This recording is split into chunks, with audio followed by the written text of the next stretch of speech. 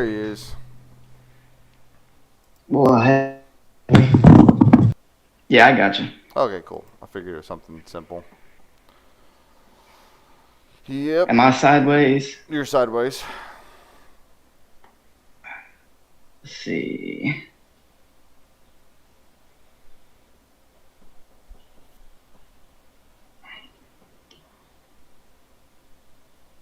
Uh, how do I not be sideways? It's probably how you set up your phone. So, however you're, maybe it's on rotation lock, or you know, it's not, it's not picking up that it's turned. I'm not sure. It Uh, just depends on the device, maybe. where's rotation lock? Should be in like your main settings. You got iPhone, right? Yeah. Yeah, so it should be when you scroll down. There's like an icon near like the middle top left. It's like a lock, and it has a circle with an arrow. Did that fix? No, still it's still like that. But I mean, it's fine for me because I can always edit it to do whatever, so it's no big deal. But Okay, your head's good. getting Let's do chopped it. off, That's what I was just looking at. Let me see. Whoa. and now it's the orientation fixed itself. Oh, nice. Yep. How jujitsu is this? Could it be any more jujitsu? Actually, nobody really drinks coconut water. Actually, I sold a vending machine services to a jiu-jitsu gym in the Oklahoma City area, and their number one request was coconut water. Hey, it happens. 'Cause, I mean, the Gracie Academy was like all coconut water for like a long time. Warning, the fight and the language in this video are very graphic and are definitely not suitable for young viewers. So what do we need to set this clip up? Well, the main thing, I mean, first of all, we need to say, of course, this is a Gracie breakdown, and these two guys, this is Mutt and Jeff, and they're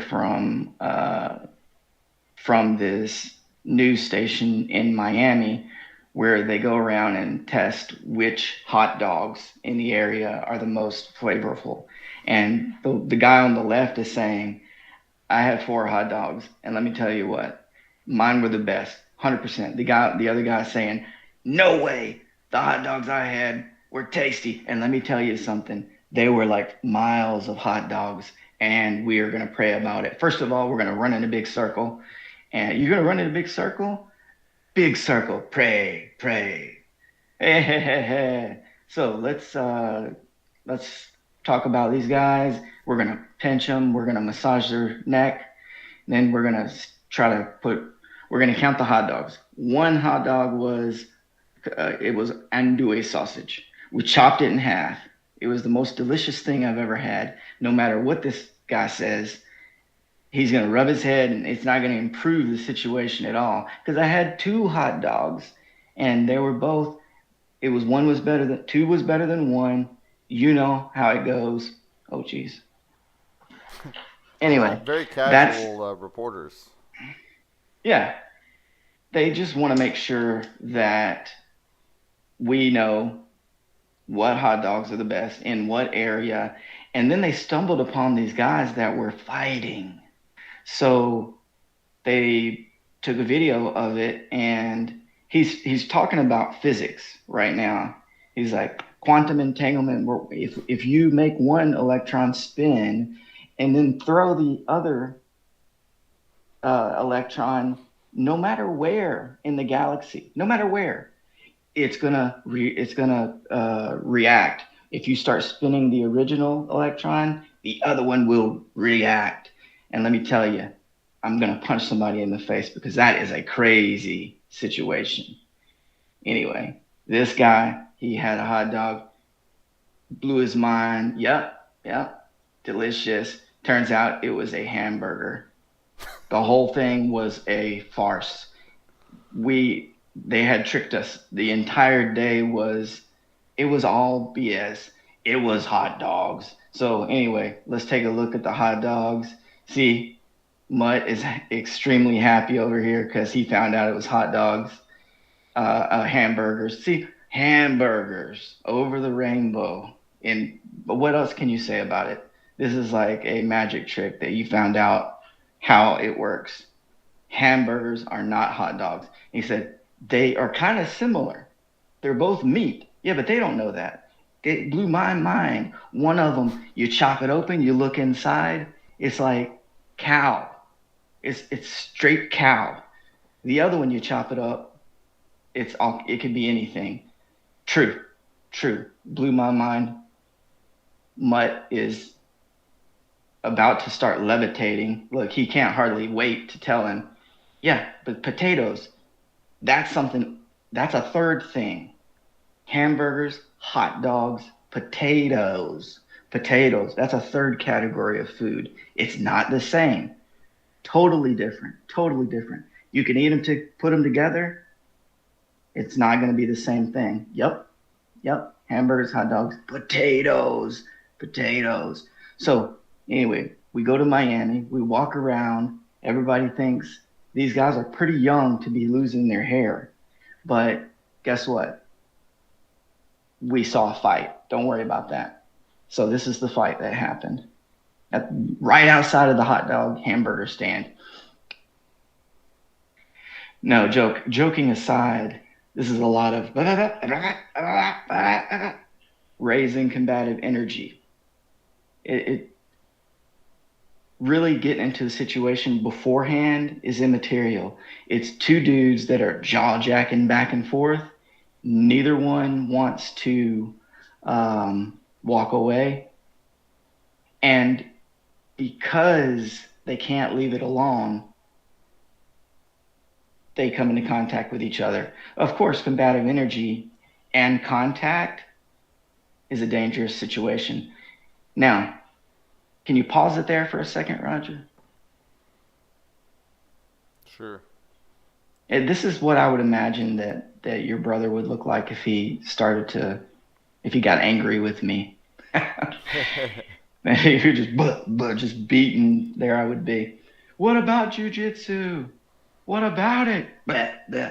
So anyway, look, the dude, if he knew jujitsu, this dude, and I know the history of this, like this guy came to the Gracie Academy and they did a video with him, like he learned first 10 lessons of combatives or whatever it was, and then they put him through a test where T-City was outside and he kind of had words with him as he walked by, and the guy didn't react to it. So he learned the lesson. Yeah.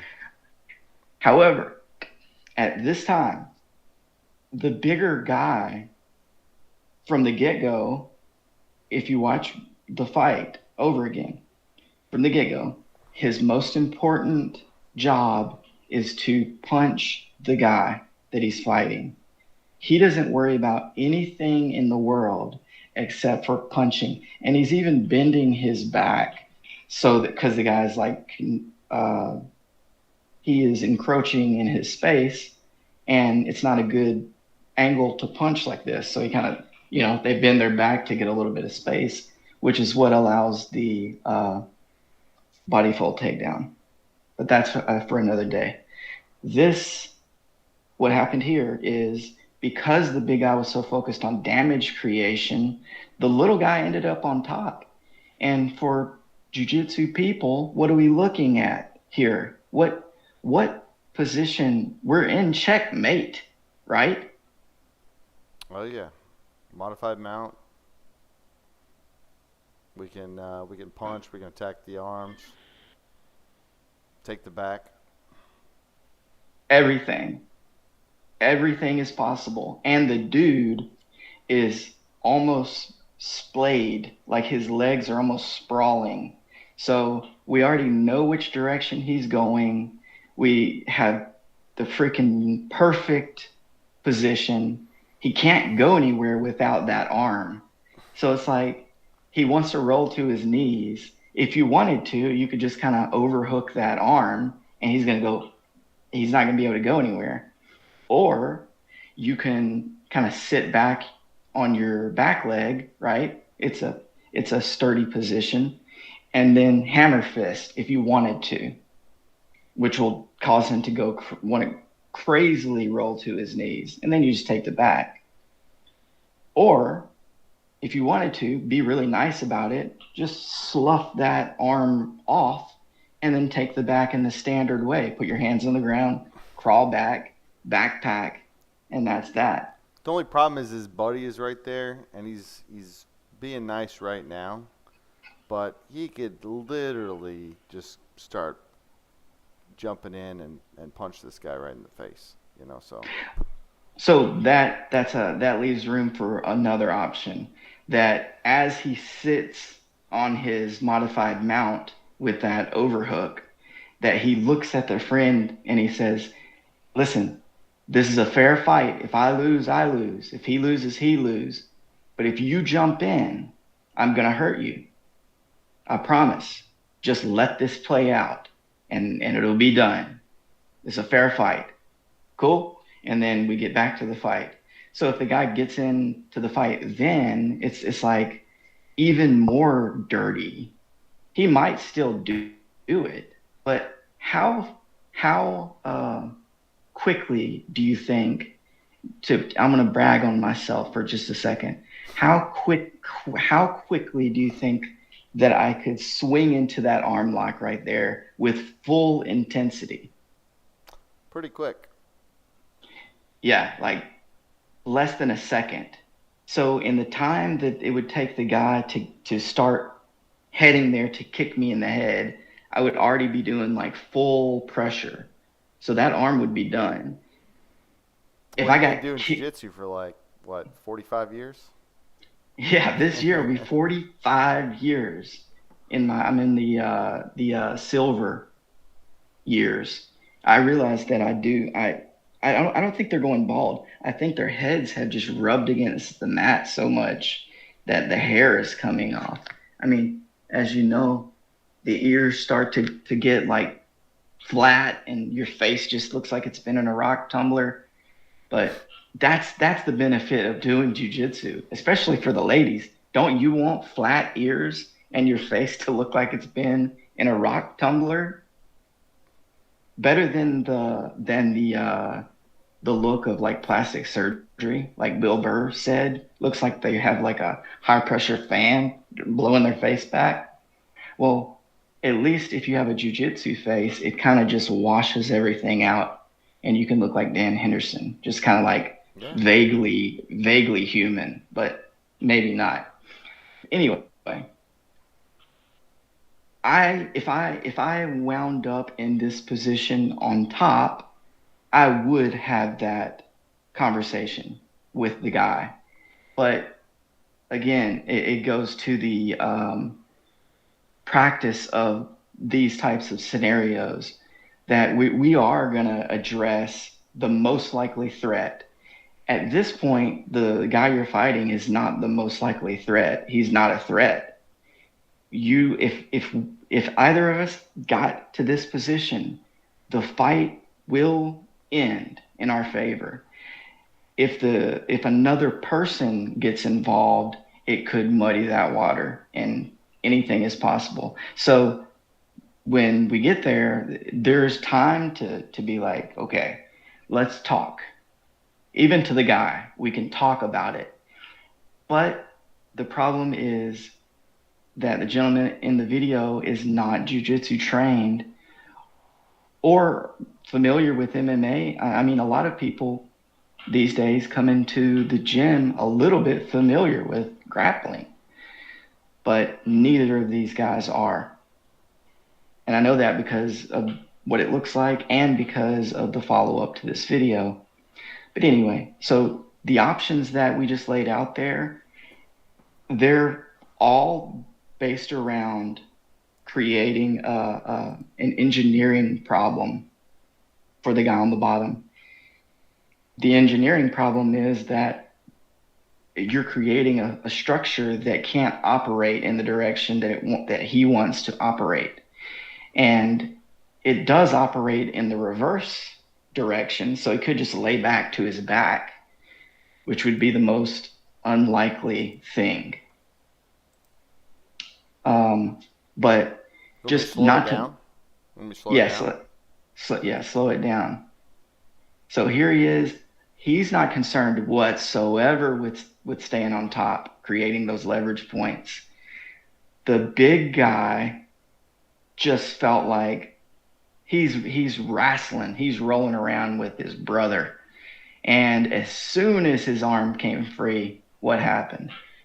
Back to it. Back to your brother. Yeah, don't you ever ask me to help change your oil again. I'll tell you what, buddy. I'll tell you what. One more time. Oh, that's One a more tough time. spot. Oh, he's trying to get to his back, but he's gonna just get punched out now. This is in the AI fight that I had last night. That's the position that I got to. Oh man, this is original UFC stuff. Your face is in danger. You've got a larger person on top. What are your options? Well, if you don't know jiu-jitsu, roll and try to get up. That's what they think. Well, if it's a jiu-jitsu person on your back and you roll to your knees, the fight's over in a different way, or the same way if they want it to be. But if it's a bigger guy and you roll to your knees, you're subject to being manslaughtered. What prevents the guy from banging your head off the concrete? Nothing. By the way, what it is covering right here was the dude just kind of reacting to being out of it from being punched so much. I mean, he was like wasted. And it may indeed show him a little bit out of it here. But it was ugly. But that's the ugliness of real fighting, is that it doesn't care. I like how this guy came out and said something like, "Hey guys, he's had enough." But these two guys in the car, they're just like, "Okay, we don't want to deal with this shit. We're getting out of there."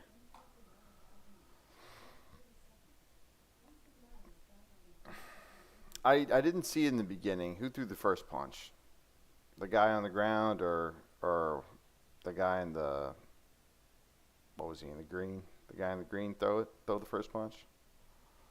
All right, let's go. So yeah, I wanted to know who threw the first punch, and it was the gentleman in the black shirt. It was indeed. He started the fight verbally, and then he started it physically.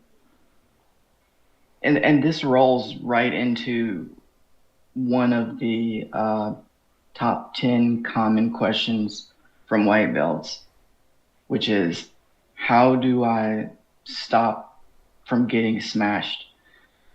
Well, the guy in the video is doing the same thing that prompts the smashing, which is trying really hard and not containing his effort technically.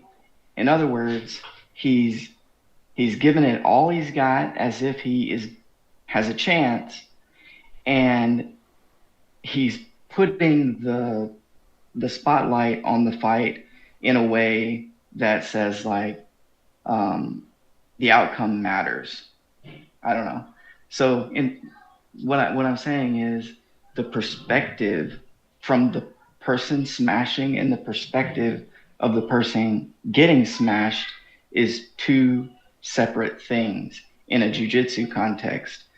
The smasher is either having a good time or saying you have it coming. Basically, you're getting what you had coming. There are a few other ways to look at it, but those are really the main ones. If you're getting smashed by people that are higher belts regularly, then there's something prompting that smashing. And that's what happened here is the guy prompted his own smashing. If he had, even if he would have started punching the smaller guy, if he started the fight fully, if at that moment he took like 3 steps back and he said, "Wait a minute, wait. I'm sorry. You're way bigger than me. I should have never done that." After the You, 1-2, you're because he hit him with the 1-2.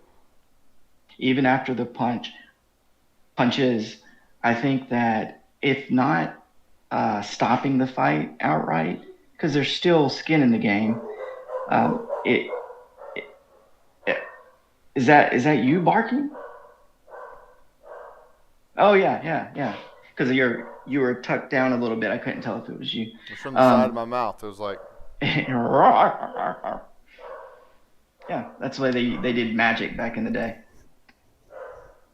So yeah, he might not have been able to prevent the guy from, beating him up, but it would have tempered the beating.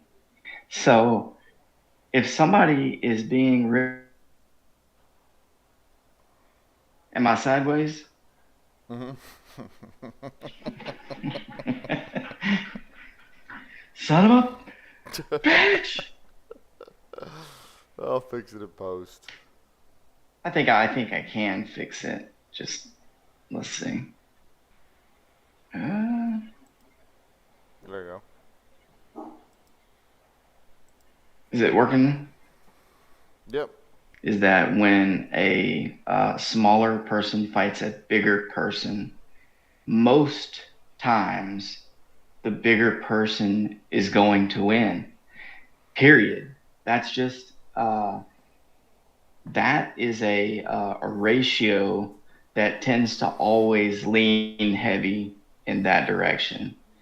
You're not going to start seeing a lot of small guys defeating guys bigger than them, more athletic, stronger, unless there's something being introduced into the mix, like a dang gun or like somebody's helping them or something like that. Like they have an evolutionary advantage. Something has changed the composition of this deal.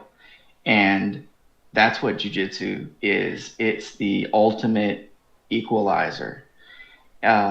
Sometimes you can't have a gun, or sometimes it's not the right move to shoot someone. Sometimes the right move is to defend yourself and to fight them. Sometimes it is the right move. And those scenarios call for an understanding of hand-to-hand combat. Your understanding of gun play is important, but if you don't have a gun or you're not willing to use the gun, then it is immaterial at that moment. The only thing that matters in a real fight where one person is bigger than the other, or where two people are fighting and one is less than, or fighting period, two people are fighting, the only thing that matters is who manages the distance that is created or that exists. If the distance is being created and managed by one person more effectively than the other, then the ratio heavily shifts. So that one aspect alone shifts the advantage to your favor. What does that tell you? There's more than a set number of techniques in real fights that play a huge role. In fact, the biggest thing that matters the most in a real fight is rarely even talked about in a jiu-jitsu class. If you're at a self-defense place or a school that takes it very seriously, then you're going to hear stuff about managing the distance. But if that doesn't ring a bell and you think you're learning how to defend yourself or to fight MMA or to fight, and you don't know about distance, then you need to look into what you're training. If you think you're learning self-defense and you don't hear anything about distance, then you need to look into this. Start researching, Googling. You can email us and we'll let you in on what we know, which isn't everything, but we can tell you what is likely the case, what is not likely to be the case, regardless. In the enormity, in the grand scheme of combat on Earth, thousands of years of human development in some form or fashion, things have changed, throughout that time period with every striation of human evolution or human-like evolution. So the Neanderthal had a big forehead, and it would run into other Neanderthals. It would use the forehead like a weapon. So, hey, if you have a big, heavy forehead, maybe that's not, the worst idea. But if you're getting into a lot of fights and you're running your head, the thing that holds your brain into another creature with a hard freaking head, then you're even if you win that fight, you're setting yourself up for an uncomfortable life. So that's why the Neanderthals died out. Their method of combat was ineffective. Humans added uh, intelligence. That the famous quote Helio Gracie said is, Gracie Jiu Jitsu, or maybe it was Brazilian Jiu Jitsu, is the triumph of human intelligence over brute strength. And that's what it is. It's the point in combat or in fighting where the smaller person not only stands a chance, but the thing starts to lean heavily in their favor. What I'm telling the people, and I know, Roger, you would tell them the exact same thing. Without jiu-jitsu, without this self-defense methodology and distance management system, and it's a system, it's not just like we need to get close or we need to stay at a distance. One of those two. No, there's like little details that are super important. It's a whole thing. Without that, it's like you're playing Russian roulette. You might win, a few times. You might win a bunch of times, but guess what? You're going to lose, and it's going to be painful. It's going to be epic. You see where I'm going? The loss that you're going to suffer is equal in Russian roulette as to what it is if you don't have this jiu-jitsu self-defense aspect in your arsenal. Do you agree with that, Roger? Was that the quick version or the long version? Well, the quick version is without jiu-jitsu, you're playing Russian roulette. You might win, you might not, but when you lose, it's going to be painful and it's going to be lasting. That's the short version. The long version I just did, but it's the same thing. I'm just saying the same thing. We started talking about Neanderthals and big foreheads. Yeah, that did add an element that was completely unnecessary. But hey, we're talking about the history of freaking dudes fighting, and even winning sometimes makes you a loser. You know what I mean? You can win the fight and lose in a big way, like the Neanderthal, So The point being, well, I just made the point. With jiu-jitsu, you stand a good chance. Without it, you are playing Russian roulette and you have those chances. So do you agree with that? Do you have any any ideas that are contradictory? No, I concur. I think that's a good There's not spot. much. I think that's a good Yeah, spot though. Before we reiterate it like a third time. yeah. No, that's what I was gonna say. I was gonna say there's not much to add.